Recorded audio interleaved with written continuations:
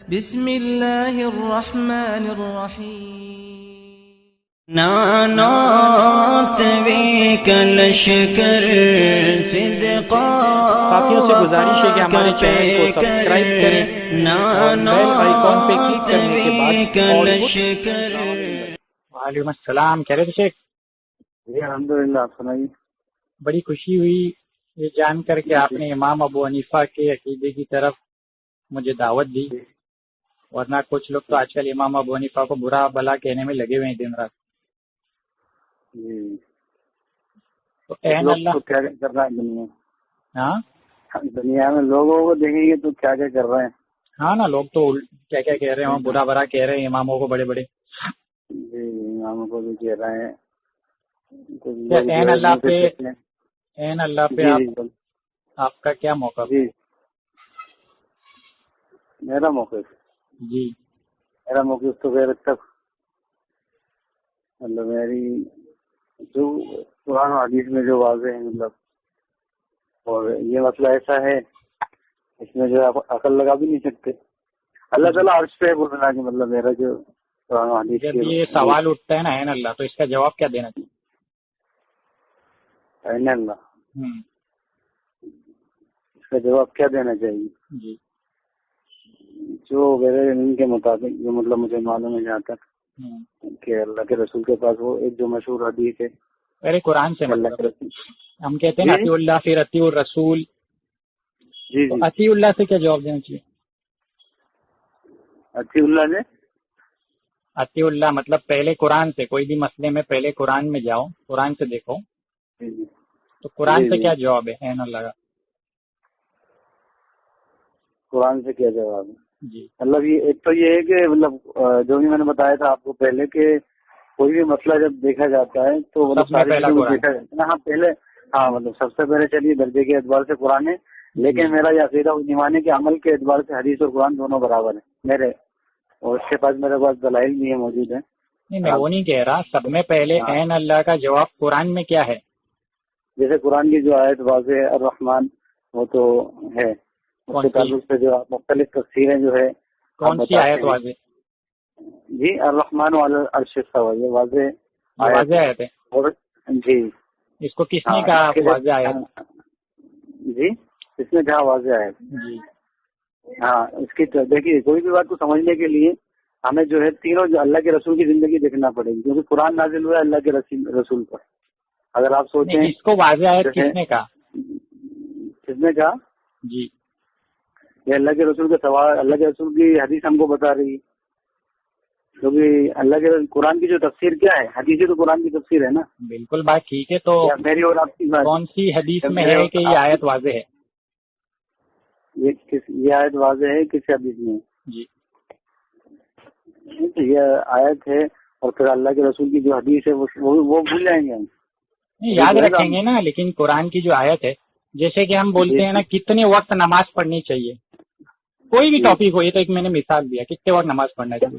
تو سب سے پہلے ہم قرآن میں دیکھیں گے کہ قرآن میں کیا نماز کے وقت ملتا ہے کہ 5 وقت پڑھنا چاہیے، 3 وقت پڑھنا چاہیے، ہم ڈھونڈیں گے. تو اگر قرآن پاک میں مل جاتا ہے 5 وقت نماز پڑھنا چاہیے تو قرآن سے وہ مسئلہ حل ہو گیا. نکاح کتنا کرنا چاہیے ایک عام آدمی کو، تو ہم قرآن میں اگر دیکھیں گے کہ کتنی نکاح کی ایک وقت میں اجازت ہے، تو ہمیں جواب مل گیا کہ 2 کر سکتا ہے، 3 کر سکتا ہے، 4 کر سکتا ہے. ہمیں جواب مل گیا تو مسئلہ وہیں ختم ہو جاتا. رمضان کے روزے کب سے کب تک لے کر فرض ہے، ہمیں قرآن سے مل جاتا ہے کہ جب چاند نظر آتا ہے وہاں سے لے کر کے عید کا چاند جب نظر آتا ہے اس کے درمیان کے روزے فرض ہے. یہ سب مثالیں دے رہا ہوں صرف بات کو سمجھانے کے لیے. تو اگر ہم عین اللہ یہ جو سوال ہے اس کا جواب اگر ہمیں قرآن سے مل جاتا ہے تو ہمیں آگے بڑھنے کی ضرورت ہی نہیں ہے جب قرآن ہمیں جواب دے رہا ہے. تو میں یہ جاننا چاہتا تھا کہ عین اللہ کا جواب قرآن سے کیا ہونا چاہیے؟ تو پھر آپ جو ہے چلیے پہلی بات تو یہ ہے کہ سوال جو ہے میں نے آپ سے عین اللہ کے تعلق سے کیا تھا.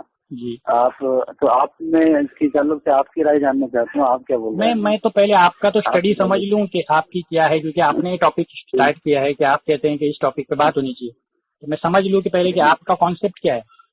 اس لیے میں نے آپ عالم بھی ہو، میں عالم نہیں ہوں، تو میں جاننا چاہوں گا کہ آپ سے کوئی پوچھتا ہے عین اللہ اللہ کہاں ہے تو اس کا جواب آپ کو قرآن سے کیا دو گے؟